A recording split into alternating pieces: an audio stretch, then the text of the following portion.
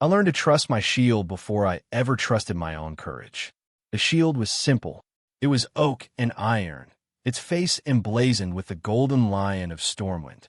It had weight, a solid, undeniable presence in a world that often felt thin and treacherous. Courage was a flicker, a guttering candle flame in the wind of fear. But the shield, it was always there. It was the first thing I was given in the barracks, and I knew then it would likely be the last thing I ever let go. My service began not with a grand oath in the Cathedral of Light, but with the mundane task of polishing the shield until I could see my own wide, frightened eyes staring back at me from the lion's polished mane. I was a footman, a single link in the long, steel chain of the Alliance, stationed at the edge of Elwyn Forest where the trees grew thick and the roads were haunted by kobolds and the occasional brazen gnoll.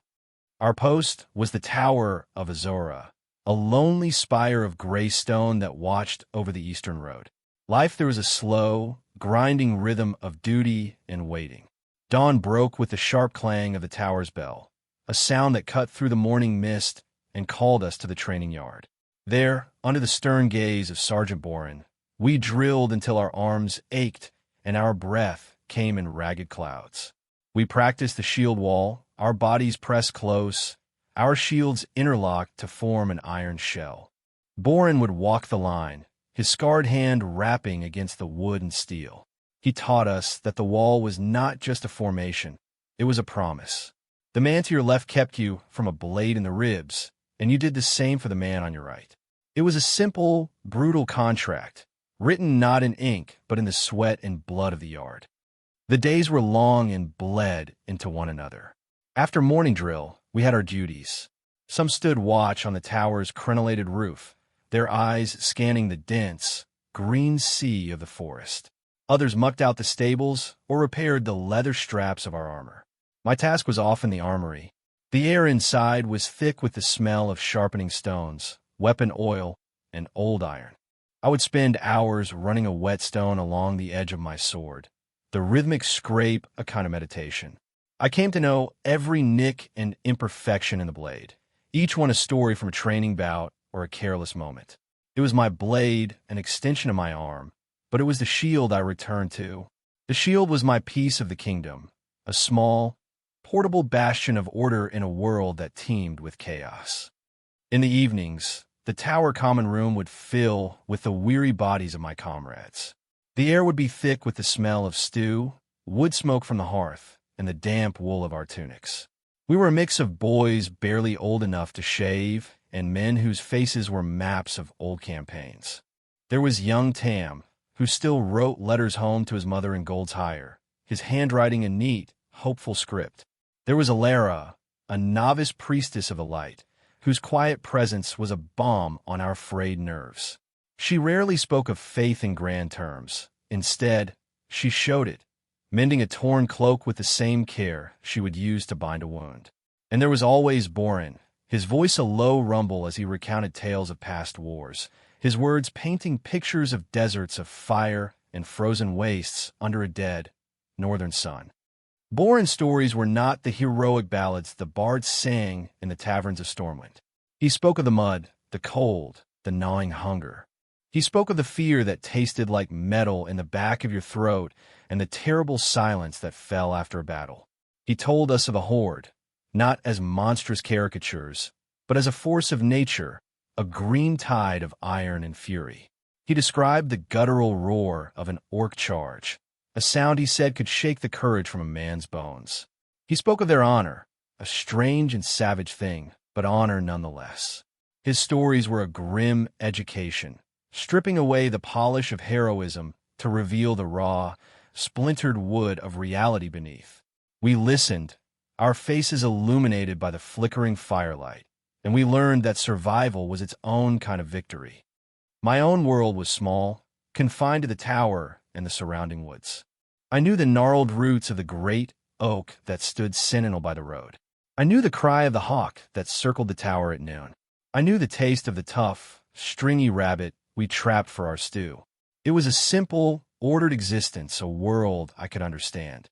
The great conflicts of Azeroth felt distant, like the thunder of a storm on a far horizon. We were the wall against the small darknesses of the world, the gnolls, the bandits, the shadows that preyed on the weak. It was a necessary duty, a humble one, and I believed it was enough.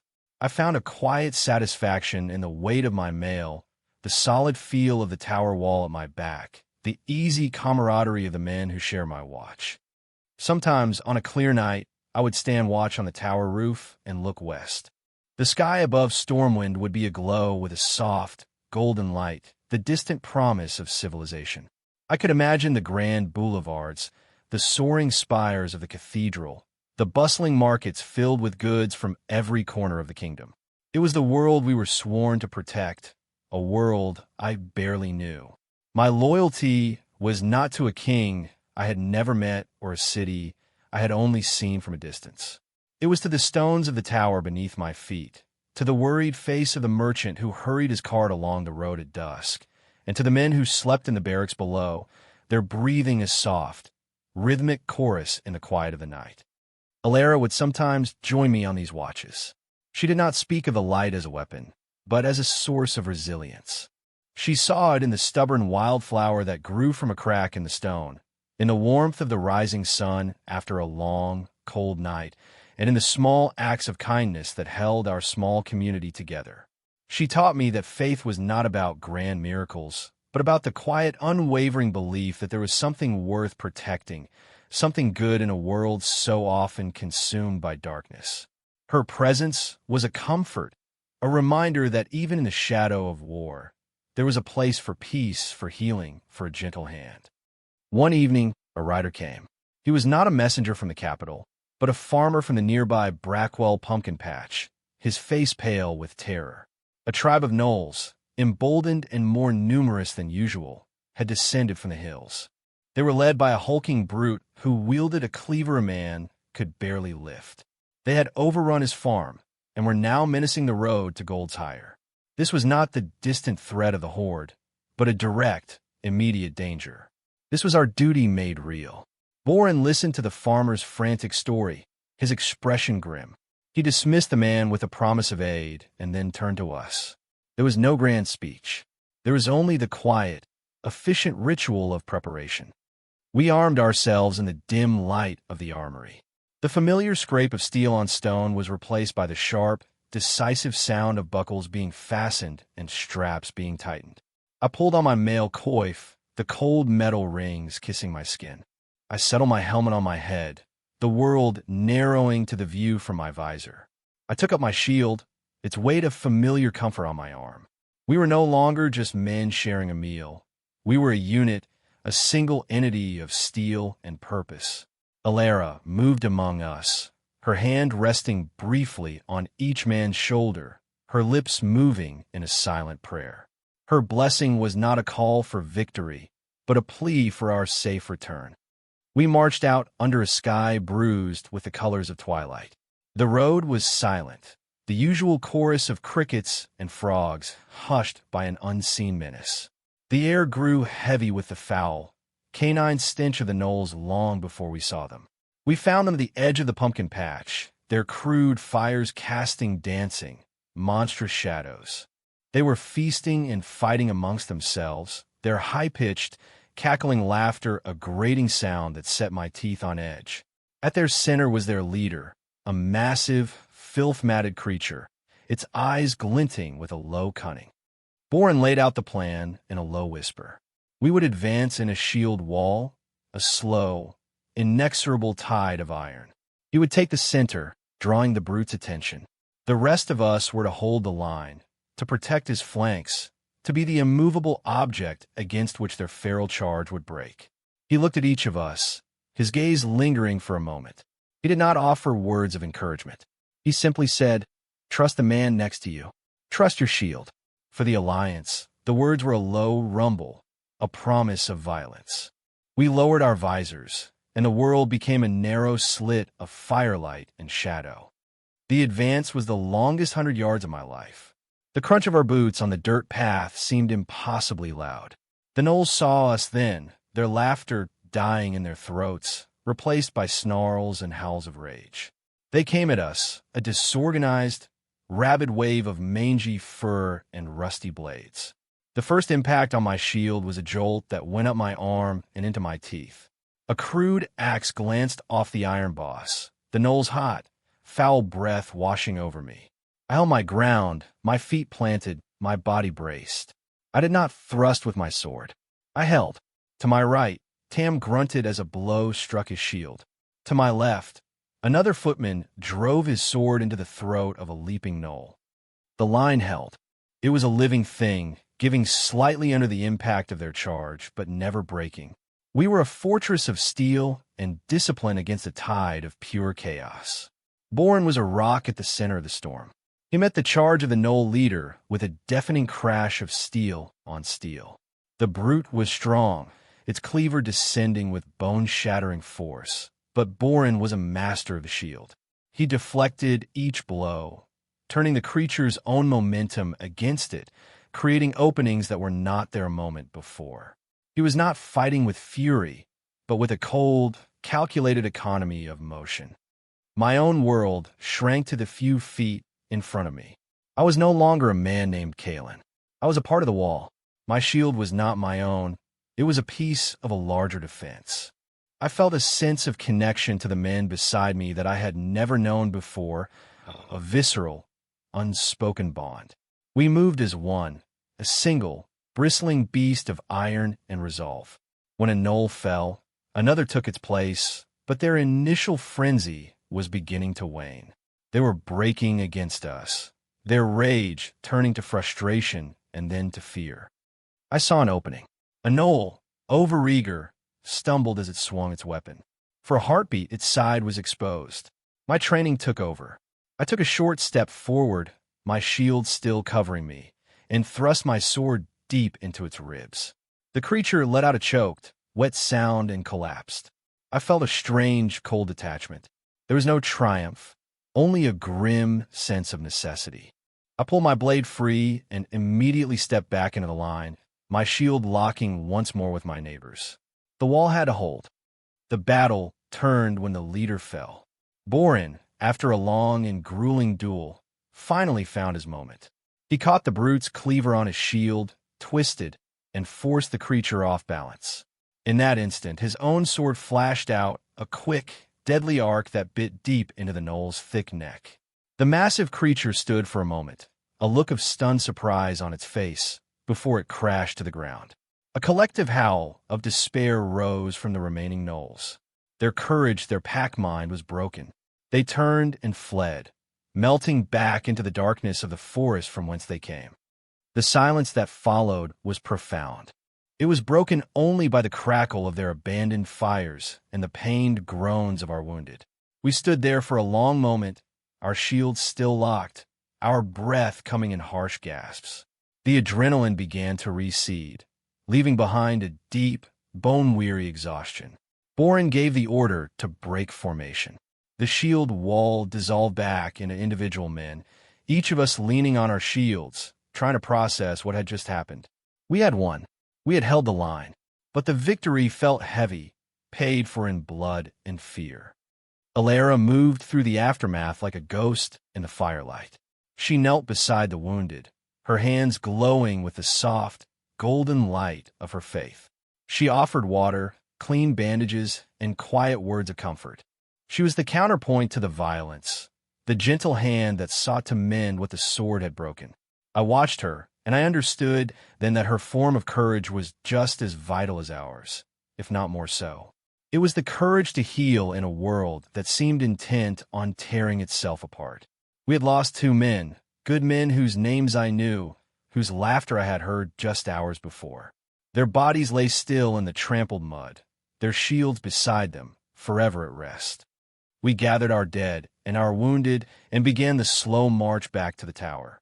The farmer, who had hidden during the fight, came out to offer his tearful thanks, but the words felt hollow. We had done our duty. That was all. There was no glory in it, only a grim satisfaction. As we walked, I looked down at my shield. It was scarred now, a deep gouge in the wood where the gnoll's axe had struck. It was no longer a pristine symbol of the Alliance. It was a tool, a record of survival. Each mark was a testament to a blow that had not landed, a life that had not been taken. It was a part of me now, its story intertwined with my own. That night, back in the tower, no one spoke of the battle. We cleaned our gear in silence, the familiar rituals of comfort in the quiet dark. I ran an oiled cloth over the new scar on my shield, my fingers tracing its ragged edges. It was ugly, but it was honest. It was a truth I had learned in the mud and the firelight. Honor was not about a clean victory.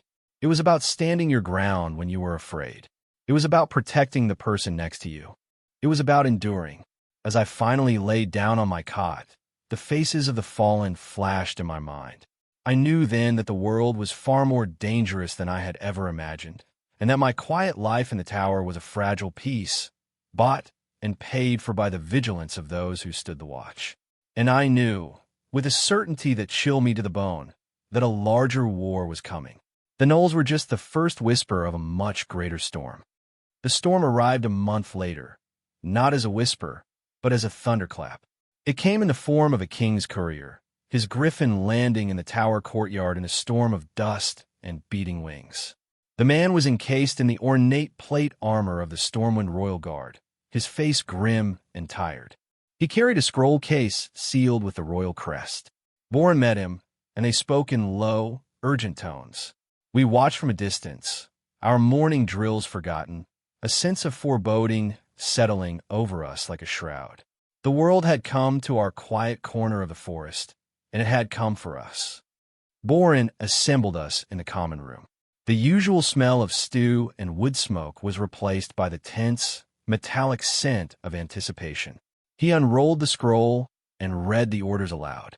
His voice was flat, devoid of emotion, but the words struck us like hammer blows. The Horde was on the move, not in some distant, savage land, but here in the eastern kingdoms. An Orcish war host, bolstered by their forsaken allies, was pushing south through the earthy highlands. They had shattered the defenses at Thoradin's wall and were threatening to pour into the heart of our lands. Every able-bodied soldier was being called to the front. We were to march north at dawn. A heavy silence filled the room. The distant wars from Boren's stories were no longer distant. They were here, and we were being thrown into their maw. I looked around at the faces of my comrades. Young Tam looked pale, his bravado gone, replaced by a raw, naked fear. Alara's eyes were closed, her hands clasped in prayer. Even the veterans, the men who had seen the deserts of Tanaris and the snows of Alterac, looked grim. This was different. This was not a border skirmish or a punitive expedition. This was a war for survival. Boren finished reading and rolled up the scroll. He looked at us, his gaze hard as granite. "You have your orders," he said. "Get your gear. Check your supplies. Say your prayers." At dawn, we marched to war. There was no talk of glory, no appeal to patriotism. There was only the blunt, unvarnished truth of our duty. We were soldiers. This was what we were for.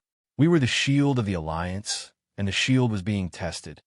The rest of the day was a blur of frantic preparation. We were issued new supplies, iron rations, extra whetstones, bundles of arrows for the archers. We stripped down our armor, checking every rivet, every strap, every plate for weakness. The armory was a cacophony of ringing steel and harsh, shouted orders.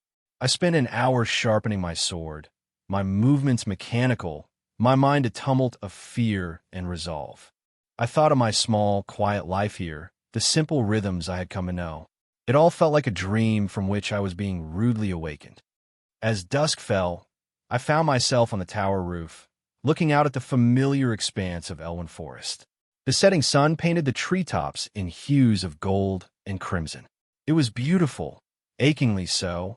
It was everything we were about to fight for. Alara came and stood beside me.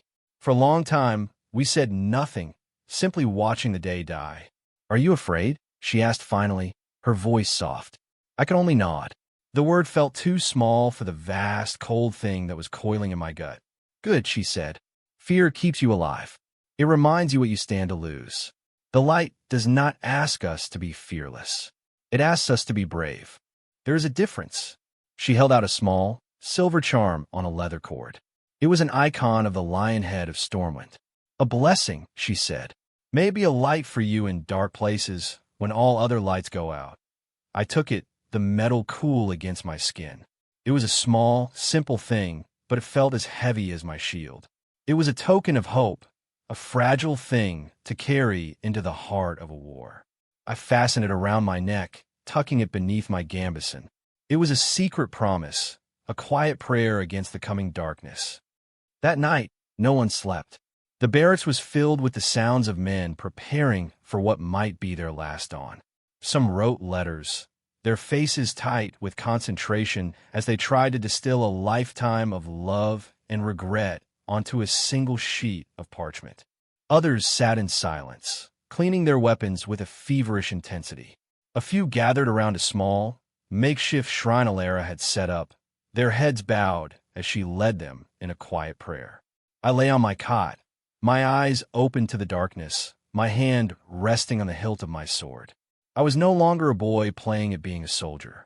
The game was over. I was a footman of Stormwind, and I was going to war. Dawn broke cold and gray. There was no bell to wake us. We were already assembled in the courtyard, our ranks formed, our faces grim in the half-light. The tower, my home for so long, looked like a tombstone against the pale sky. Borin walked the lines, his eyes missing nothing. He adjusted a strap here, offered a clipped word of advice there. He stopped in front of me, his gaze falling on the fresh scar on my shield. "That was good work," he said, his voice a low rasp. "You held. Remember that. When the fear comes, remember that you know how to hold." It was the closest he had ever come to praise, and it fortified me more than any grand speech could have. The order came, "Forward march." The heavy gates of the tower groaned open, and we stepped out onto the road. We did not look back. To look back was to invite weakness, to allow the ghosts of our quiet life to cling to us. We set our faces north, towards the jagged peaks of the Reed Ridge Mountains, towards the blood-soaked fields of Earthy. The march was a brutal, grinding affair. The King's Road, so familiar in Elwyn, became a treacherous track as we climbed into the mountains. The air grew thin and cold, and the weight of our armor seemed to double with every step. We marched in silence, the only sounds the rhythmic tramp of our boots, the clink of our mail, and the creak of leather. We were a river of steel, flowing north into the heart of the war. We passed through towns and villages, and the people came out to watch us go. Some cheered, waving the blue and gold banners of the Alliance. But most watched in silence, their faces etched with a familiar, weary sorrow. They had seen this before. They knew what a column of soldiers marching north meant. It meant their sons and husbands were being sent to die. It meant the war, the endless, hungry war, had come again. The landscape changed, reflecting the growing darkness of our purpose. The lush greens of Elwyn gave way to the stark, red rock of the mountains. We crossed the burning steppes, a blasted, volcanic wasteland where the air tasted of ash and the sky was a permanent, sickly orange. It was a land scarred by an older, even more terrible war, a constant reminder of what was at stake. We saw the ruins of great fortresses, their stones blackened and shattered, monuments to forgotten conflicts. It felt as though we were marching through a graveyard, the ghosts of past armies marching silently beside us. Our first taste of a true war came not in a pitched battle, but in a sudden, violent ambush. We were marching through a narrow pass in the mountains, the rock walls rising steeply on either side. The air was still, unnaturally so. Borin called a halt, his hand raised, his head cocked as he listened to the silence. And then the silence broke. A guttural roar echoed from the cliffs above, a sound that was pure, unrestrained savagery. Luktar Ugar. The cry was answered by 100 throats, and the rocks above us sprouted orcs. They came down on us like an avalanche, a wave of green skin, black iron, and brutal-looking axes. There was no time to form a proper shield wall. It was chaos, a maelstrom of desperate, individual fights. I raised my shield just in time to deflect a heavy, two-handed axe that would have split me to the breastbone. The impact sent a shuddering jolt through my entire body, and my shield arm went numb. The orc was a mountain of muscle and rage, its face a mask of tusks and fury. It bellowed in my face, its breath hot and foul, and raised its axe for another strike. Fear, cold and absolute, seized me. My training, my drills, all of it vanished in a white-hot wave of terror. I was going to die. Here, in this nameless pass, under a sky the color of dirty steel. But then I heard Boren's voice, not shouting an order, but roaring a challenge. I saw him, a few feet away, holding his ground against two orcs, his shield a blur of motion, his sword a flickering tongue of death. He was not afraid, or if he was, he had mastered it, bent it to his will. He held, and in that moment, his words came back to me, remember that you know how to hold. The fear did not vanish, but it receded. It became a cold, hard knot in my belly, something I could manage. I planted my feet, angled my shield, and prepared for the next blow. The axe came down again, and this time I was ready. I met it not with brute force, but with a slight turn, deflecting the blow to the side. The orc, overbalanced, stumbled forward. My sword, acting on instinct, on the muscle memory of 1,000 drills, lashed out. It was not a heroic thrust, but a short, vicious jab that found a gap in the orc's crude armor, just below the ribs. The creature grunted, a sound of surprise more than pain, and looked down at the blade buried in its side. It looked back up at me, its eyes wide with a sudden, shocking clarity. The rage was gone, replaced by a look of confusion, of mortality. Then it collapsed, its heavy axe clattering on the rocks. I stood there, panting, my heart hammering against my ribs. I had killed, not a mindless gnoll, but a thinking, breathing being. The reality of it was sickening. There was no glory in this, only a grim, metallic taste in my mouth. The ambush was short and brutal. The orcs had the advantage of surprise, but we had the advantage of discipline. Our line, though broken, did not rout. We formed small pockets of resistance, shield to shield, protecting each other's backs. Alara was in the center of one such pocket, her hands glowing as she mended flesh and bone, her calm presence a beacon in the chaos. The dwarven riflemen in our column, caught in the open, took heavy losses, but they sold their lives dearly, their long rifles barking defiance until the end. The battle turned when our own mages, protected by a ring of steel, were able to unleash their power. Arcs of frost and fire swept the cliffs, and the Orcish charge faltered. Seeing their advantage lost, they melted back into the rocks, leaving their dead behind. The aftermath was a scene from a nightmare. The pass was littered with the dead and dying, both Alliance and Horde. The air was thick with the coppery smell of blood and the acrid scent of spent magic. We tended to our wounded, our movements slow and heavy. Every man was covered in dirt and blood, his own or the enemy's. I found Tam leaning against a rock, his face ashen. He had a shallow cut on his arm, but it was not the wound that had shaken him. It was the killing. I saw his face. He whispered, his eyes unfocused. He looked just like me, just scared. I had no words of comfort to offer. I could only place a hand on his shoulder, a silent acknowledgement of the terrible truth we had both learned. We buried our dead there, in that rocky pass, under cairns of loose stone. There was no time for proper rites. Alara said a brief prayer, her voice trembling with exhaustion and grief. We took their identification tags, grim metal tokens to be sent back to families who would now know only loss. Boren moved among us, his face a mask of grim resolve. He had taken a wound to his leg, a deep gash that he had bound with a strip of cloth, but he refused to show any sign of pain. They tested us, he said, his voice a low growl. They found us wanting, but not broken. We will be tested again. Be ready. The march continued, but something had changed. The easy camaraderie of the barracks was gone, replaced by a quiet, somber solidarity. We had faced the enemy, and we had survived. We were no longer green recruits. We were veterans, baptized in the fire and blood of the mountains. We had learned the terrible calculus of war. To live, you must kill. And each time you killed, a small part of you died with your enemy. The silver charm around my neck felt cold against my skin, a fragile reminder of a peace I was no longer sure existed. The war had taken its first bite out of my soul, and I knew it would not be its last.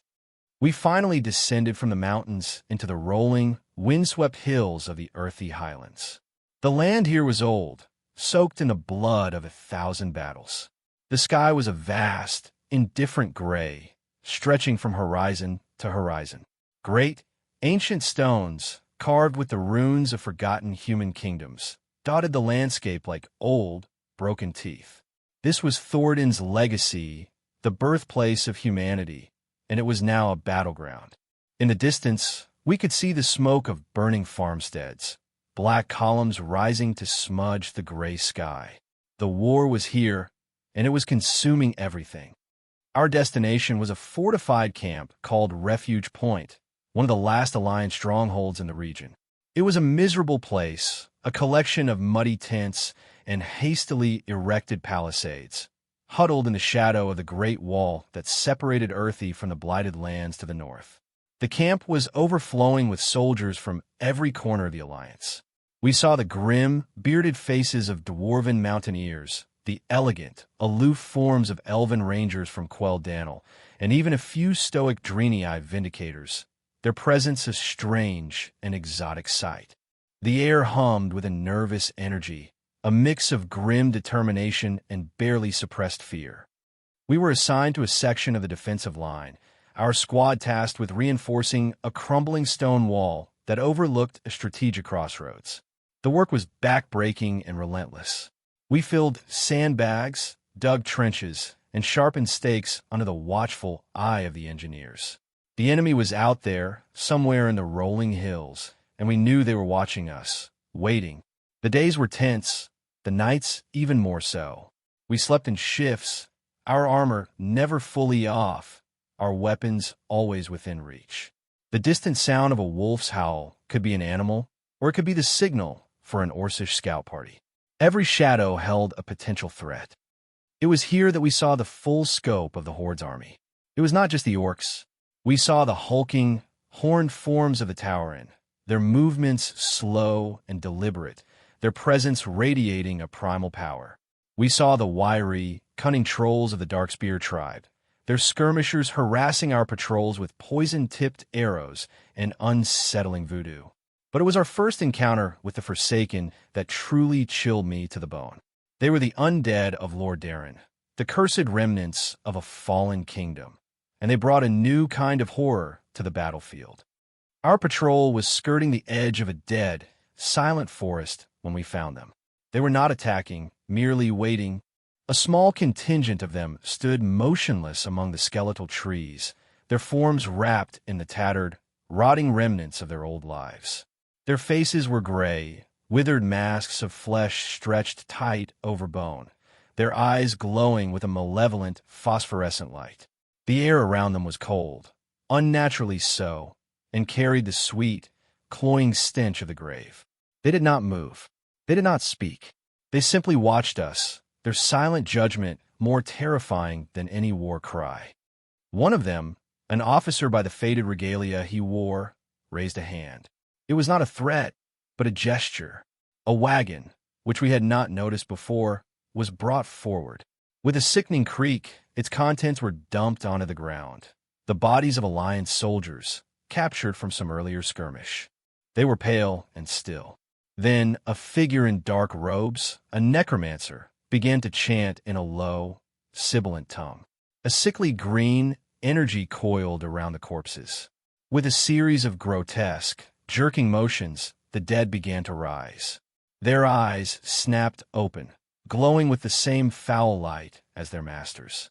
They were no longer men. They were puppets, their bodies twisted into a mockery of life, their souls trapped in an eternity of servitude. A wave of revulsion and pure, primal horror washed over me. This was not war. This was blasphemy. The orcs, for all their savagery, fought with a kind of brutal honor. They killed you, and that was the end of it. But this was an abomination. The Forsaken were not just content to kill you. They wanted to desecrate your very memory, to turn your body into a weapon against your own brothers. They were stealing the fallen, denying them their final rest, turning our own dead against us. One of the newly risen figures was wearing the tabard of a Stormwind footman. It could have been any one of us. We retreated, our hearts cold with a new kind of dread. The report we gave to the camp commander was met with a grim, knowing nod. This was the Forsaken's way. This was the reality of the war in the north. The threat was not just conquest, it was eternal damnation. It changed the very nature of our fight. We were no longer just fighting for land or for the king. We were fighting for our souls. The fear of death was replaced by the terror of what came after. Every man in the camp began to wear his religious icon openly. Alara was besieged by soldiers seeking a final blessing, a prayer that if they fell, the light would claim them before the darkness could. The waiting finally ended a few days later. The Horde assault came at dusk, under a sky the color of a fresh bruise. It began not with a charge, but with the rhythmic, thunderous beat of war drums, a sound that seemed to vibrate in your very bones. Then came the war horns, a deep, mournful bellow that promised death. We stood on our wall, our shields locked, our knuckles white as we gripped our weapons. We could see them, a vast, dark tide flowing over the hills, a sea of black iron and twisted banners. Orcs, trolls, Tauren, and the silent, shuffling ranks of the undead. The first wave to hit our section of the wall was the Forsaken. They did not scream or roar. They came on in a terrifying, relentless silence, their only sound the dry shuffle of their feet and the clatter of their rusty weapons. They brought siege ladders, throwing them against our walls with a chilling efficiency. They were tireless, heedless of their own preservation. They were already dead. What more could we do to them? I found myself fighting a creature that had once been a woman. Her face was half gone, revealing the yellowed bone beneath, but she still wore the tattered remnants of a blue dress. She came at me with a broken sword, her movements jerky and unnatural, her glowing eyes fixed on mine. There was nothing in them. No hate, no fear, no life. Just an empty, hollow hunger. I parried her clumsy strike and pushed her back with my shield. I did not want to kill her. I wanted to set her free. My sword thrust was a prayer, a desperate plea for her soul to find peace. The light in her eyes flickered and died, and she crumpled to the ground, finally at rest. The battle for the wall was a blur of brutal, close-quarters combat. The air was filled with the screams of the living, the groans of the dying, and the unnatural silence of the undead. The ground below became a carpet of bodies, a grotesque mixture of Alliance blue and Horde black. We fought with a desperate ferocity, driven by a terror that went beyond the fear of death. We were fighting to avoid becoming them. Every time one of our own fell, we would fight to retrieve the body, to pull it back from the edge of the wall, to deny the necromancers their prize. Hours passed. My body was a mass of aches and bruises. My shield was splintered, my arm a leaden weight. My throat was raw from shouting warnings and commands. We were holding, but just barely. The sheer numbers of the Horde were overwhelming. For everyone we cut down, two more seemed to take its place. The wall was beginning to crumble under the assault of their siege engines, great catapults that hurled globes of green, viscous plague that ate through stone and flesh with equal ease. It was during a lull in the fighting, as the Horde pulled back to regroup, that the true crisis came. A runner, his face pale and streaked with soot, brought a message to Borin. A section of the wall to the east had collapsed. A massive Tauren charge had broken through, and they were pouring into the camp. Worse, they had cut off the infirmary, where the camp's wounded and a handful of civilian refugees were sheltered. The main force was scrambling to contain the breach, but the infirmary was isolated, unprotected. Borin looked at the runner, then at the exhausted faces of our squad. We had our orders: hold this position at all costs. It was a critical point in the defensive line, but the image of the wounded, of the civilians, trapped and helpless, rose in all our minds. It was the mission versus the people, the abstract strategic objective versus the immediate human cost. Borin's face was unreadable, a mask of stone. He was a soldier. He followed orders. But he was also a man. He made his choice. To hell with the wall, he growled. The wall is just stone. We protect the living. He turned to us, his eyes blazing with a fierce light. We are going to the infirmary. We will hold it, or we will die trying. With me. He did not wait for an answer. He vaulted over the back of the parapet, landing in the muddy chaos of the camp behind us. Without a moment's hesitation, we followed. We were abandoning our post, disobeying a direct order. But in that moment, our oath felt clearer than ever. It was not to a wall or to a commander we had never met. It was to each other and to the innocent lives caught in the crossfire. We fought our way through the camp. The disciplined order of the defensive line had dissolved into a series of frantic, desperate skirmishes. Pockets of Alliance soldiers fought back-to-back against overwhelming odds. We saw orcs looting tents, trolls setting fire to supply wagons. The air was thick with smoke and the stench of death. We were a small island of order in a sea of chaos, our shields locked, moving as a single, determined unit. Borin was at our head, his axe and shield a whirlwind of destruction, clearing a path for us. We reached the infirmary, a large tent that was already smoldering at the edges. A handful of Tauren, their massive forms silhouetted against the flames, were trying to break down the barricaded entrance. We hit them from the flank, our charge a desperate, furious cry. The Tauren were caught by surprise. They were immense, powerful warriors, but our disciplined shield charge sent them stumbling. The fight was a brutal, close-run thing. Their great axes and war hammers could shatter a shield with a single blow, but we were faster, more nimble. We fought like cornered wolves, using our numbers and our cohesion to our advantage. We drove them back, securing the entrance to the tent. Inside, we could hear the frightened cries of the refugees and the low moans of the wounded. Alara immediately went to them, her presence a calming influence in the midst of the terror. The rest of us formed a semicircle around the entrance, our shields locked, our backs to the people we were now sworn to protect. The burning camp was our battlefield now. We could see the Horde warriors regrouping, their attention now focused on our small, isolated position. We were cut off, surrounded, with no hope of reinforcement. This was where we would make our stand. Borin surveyed the scene, his face grim but resolute. Barricade the entrance, he ordered. Use anything you can find, crates, tables, bodies if you have to. Sharpshooters, find cover, and pick your targets. The rest of you on me. We hold this ground until we are relieved, or until we are all dead. There was no fear in his voice, only a cold, hard certainty. We had made our choice. Now, we would face the consequences. The fear I had felt in the mountain pass was a pale shadow compared to the terror of this moment. But it was a different kind of fear. It was not the selfish, personal fear of my own death. It was the fear of failure, the fear of letting down the people behind me, the men beside me. That fear, I found, was a powerful motivator.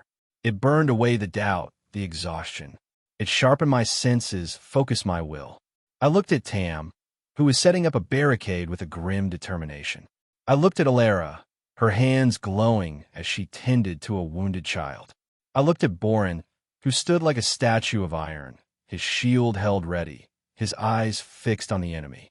We were all afraid, and we were all ready. The horns of the Horde sounded again, closer this time. They were coming. We braced ourselves, our shields our only promise against the coming tide. The line had to hold. The first assault came from the orcs. They charged across the muddy, corpse-strewn ground, their green and red war banners held high, their deep-throated war cries a promise of slaughter.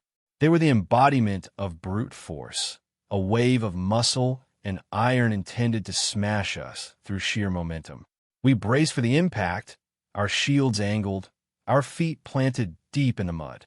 The crash when they hit our line was a physical blow, a shockwave that rattled my teeth and sent a jolt of pain up my spine. My shield, already scarred and splintered, groaned under the strain. The world became a maelstrom of violence. An orc warrior, his face painted with a white skull, swung a massive axe at my head. I caught the blow on the upper rim of my shield, the force of it driving me back a step. He was strong, immensely so, but his rage made him predictable. He swung again, a wide, sweeping arc. I ducked under it, the wind of the passage ruffling my hair, and drove the point of my sword into his unarmored thigh. He roared in pain and fury, stumbling back. Before he could recover, the man to my right, a grizzled veteran named Corvus, drove his own blade into the orc's throat. The creature fell, gurgling, and another took its place. It was a meat grinder. We were not fighting with finesse or strategy. It was a brutal, ugly contest of endurance.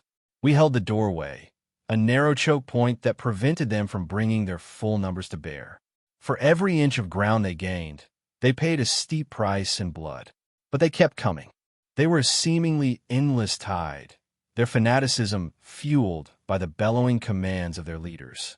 I lost all track of time. The world shrank to the few feet in front of me, the enemy, my shield, and the man next to me. My arm screamed in protest, my muscles burning with lactic acid. My breath came in ragged, painful gasps. Alara was our anchor. While we held the line, she moved behind us, a whirlwind of focused grace. Her hands glowed, sealing wounds that should have been fatal. A touch to a man's shoulder, and his exhaustion would seem to melt away. A whispered word of power, and a shield that was about to splinter would be infused with a holy, golden light, turning aside a blow that would have shattered it. She was not just healing our bodies, she was healing our resolve. Her unwavering faith was a shield for our souls, a reminder of what we were fighting for. Without her, our line would have broken in the first 10 minutes. The orcs finally fell back, leaving a pile of their dead before our makeshift fortress. But there was no time for relief. The next wave was the Forsaken. They came on in their eerie silence, clambering over the bodies of the fallen orcs with a ghastly, insect-like purpose. They were more terrifying than the orcs. They did not feel pain. They did not feel fear. They were relentless. A blade in the chest would not stop them unless it severed the spine or destroyed the skull. They fought with a desperate, chilling strength, their rotting limbs animated by dark magic. One of them, a skeletal creature in the tattered armor of a Lordaeron knight, managed to slip past my guard. Its rusty sword scraped along my shield, and it lunged, its bony fingers reaching for my throat. Its touch was colder than ice, a deathly chill that seemed to leach the strength from my limbs. Its breath was the smell of ancient dust and decay. I saw my own death reflected in its empty eye sockets. Just as its grip tightened, a flash of silver light erupted beside me. It was Tam, his boyish face set in a grim mask, his sword, blessed by Alara, glowing with holy fire. He plunged the blade into the creature's chest. The Forsaken shrieked, a sound like tearing silk, and dissolved into a cloud of foul-smelling dust. Tam gave me a quick, shaky nod, and we both turned back to the line. He had saved my life. I owed him a debt I hoped I would live long enough to repay. The battle raged on, a cycle of brutal assaults and brief, gasping lulls. We were losing ground, foot by bloody foot. Our barricade was little more than a pile of wreckage. We were running low on arrows. Our mages were exhausted, their mana reserves dangerously low. We were losing men. Corvus fell, a troll spear punching through a weak spot in his mail. Young Tam went down, his leg shattered by a Tauren's war stomp. Alara, her own energy fading, could only stabilize him, her face a mask of anguish as she was forced to choose who to save.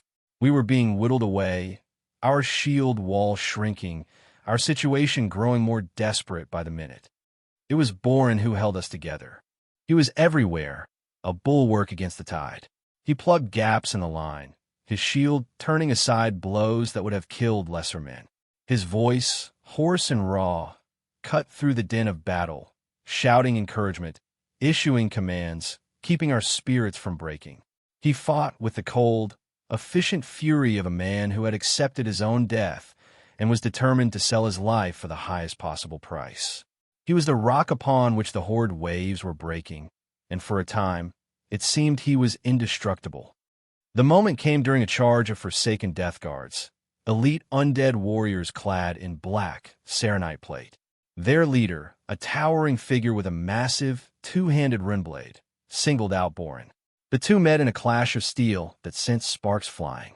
It was a duel of titans, the grizzled alliance sergeant against the undead champion. Borin was faster, more skilled, but the Death Guard was relentless, its unholy strength seemingly limitless. I was fighting my own battle, trying to hold back two other Death Guards, but I saw it happen out of the corner of my eye. Borin, seeing an opening, drove his shield into the Death Guard's chest, staggering it.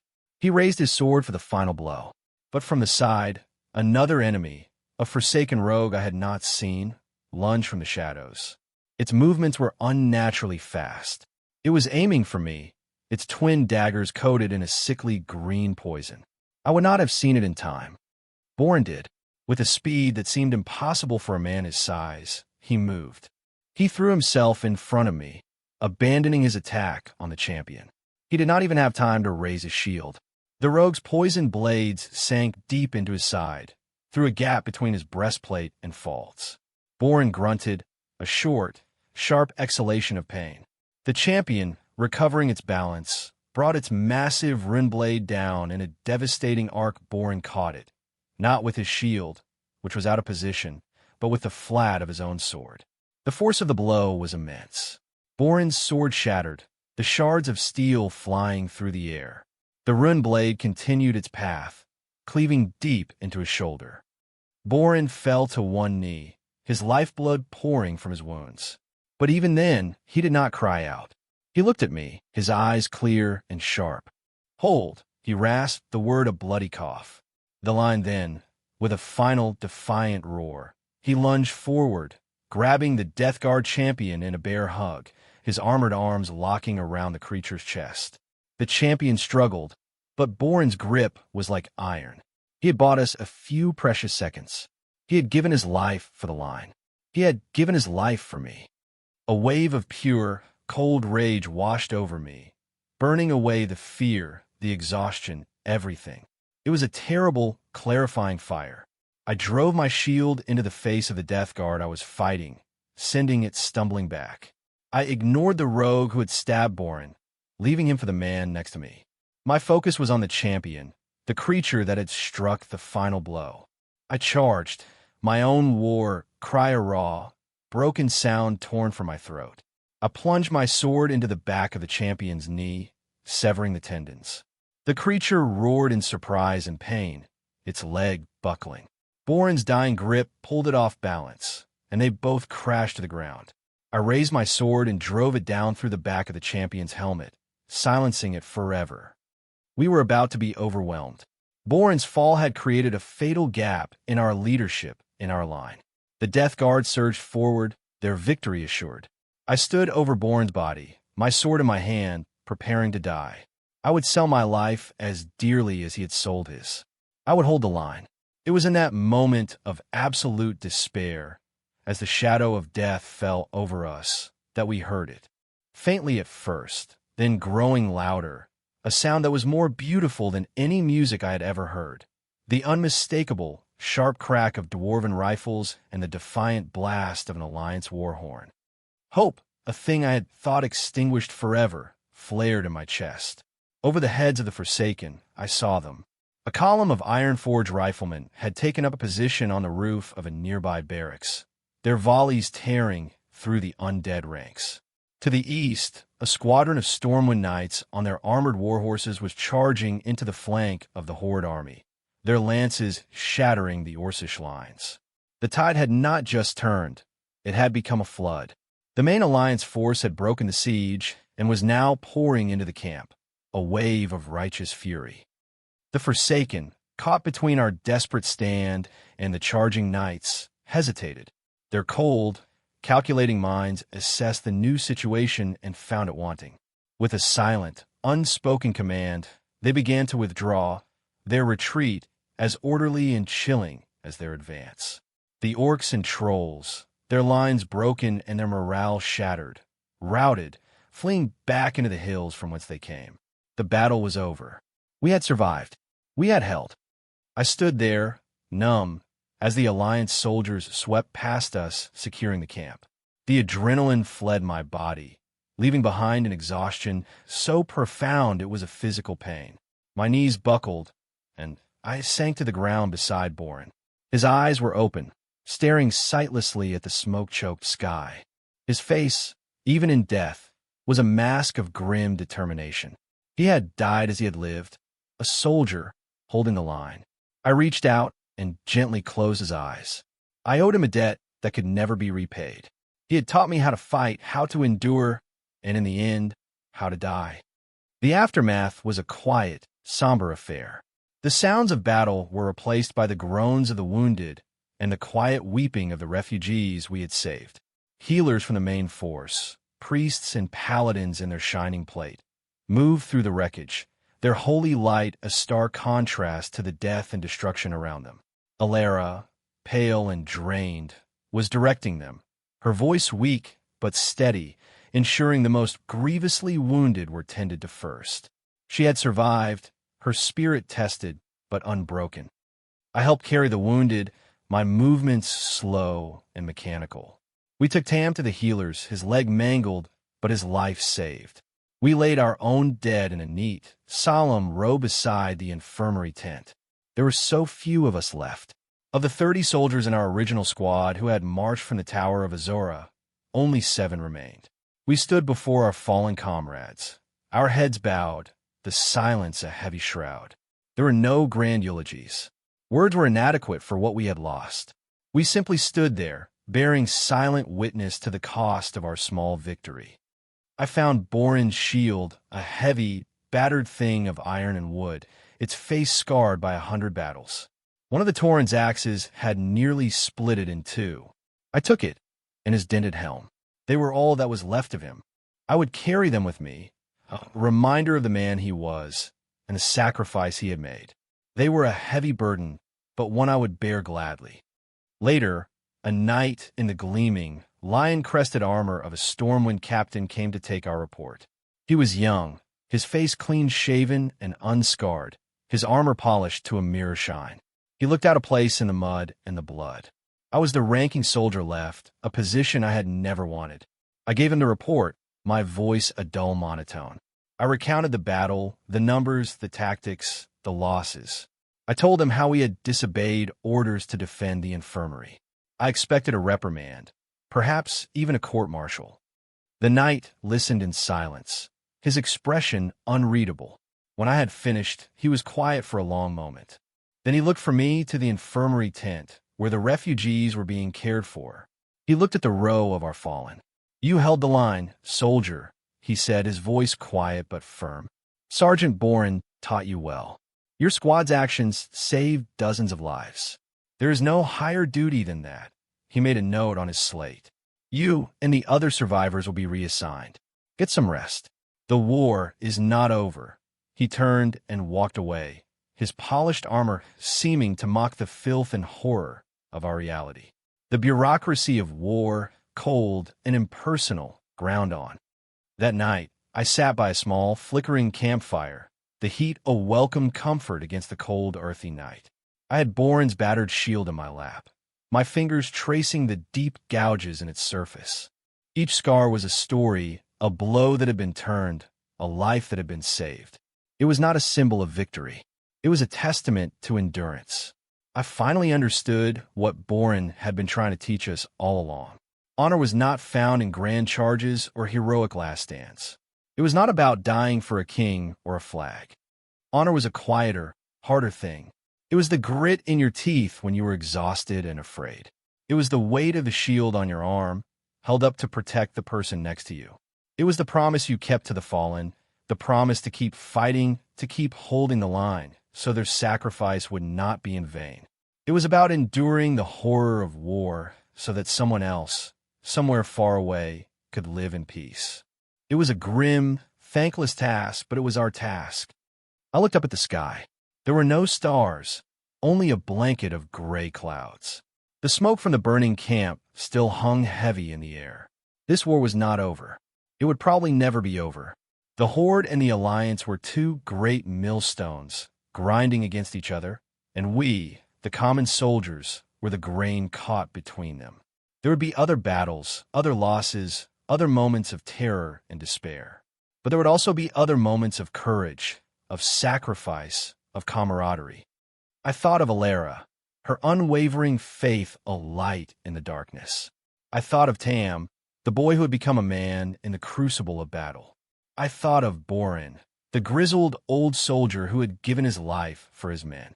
They were the Alliance, not the kings and the generals in their grand halls, but the ordinary people who stood up, who held the shield, who refused to let the darkness win. I was reassigned to a new squad, a collection of grim-faced survivors from other shattered units. We were a patchwork of different regiments, united only by our shared experience of loss. Our new sergeant was a dour-faced dwarf with a braided beard and eyes that had seen too much. He gathered us together, looked us over, and grunted. "The Horde's pushing towards South Shore," he said, his voice like grinding stones. "We're being sent to reinforce the garrison. Gear up. We move in an hour." There was no ceremony, no time for grief. The great machine of war demanded to be fed, and we were its fuel. I took up my shield, its familiar weight of comfort. I slung Borin's helm over my pack. I would carry his memory with me. My own oath, once a grand, abstract thing sworn in a sunny barracks yard, was now renewed, forged in fire and blood. It was quieter now, stripped of all its youthful idealism, but it was harder than steel. It was a simple, brutal promise. I will hold the line. As the first rays of dawn touched the ravaged landscape, painting the hills in a soft, mournful light, we formed up to march. The air was cold, and my breath plumed in front of me. I looked at the faces of my new comrades, strangers bound to me by the grim lottery of war. We were all that was left. We were the survivors, and our duty was not yet done. The dwarf gave the order, and we began to walk, our heavy boots sinking into the muddy ground. "Tomorrow, I march again,"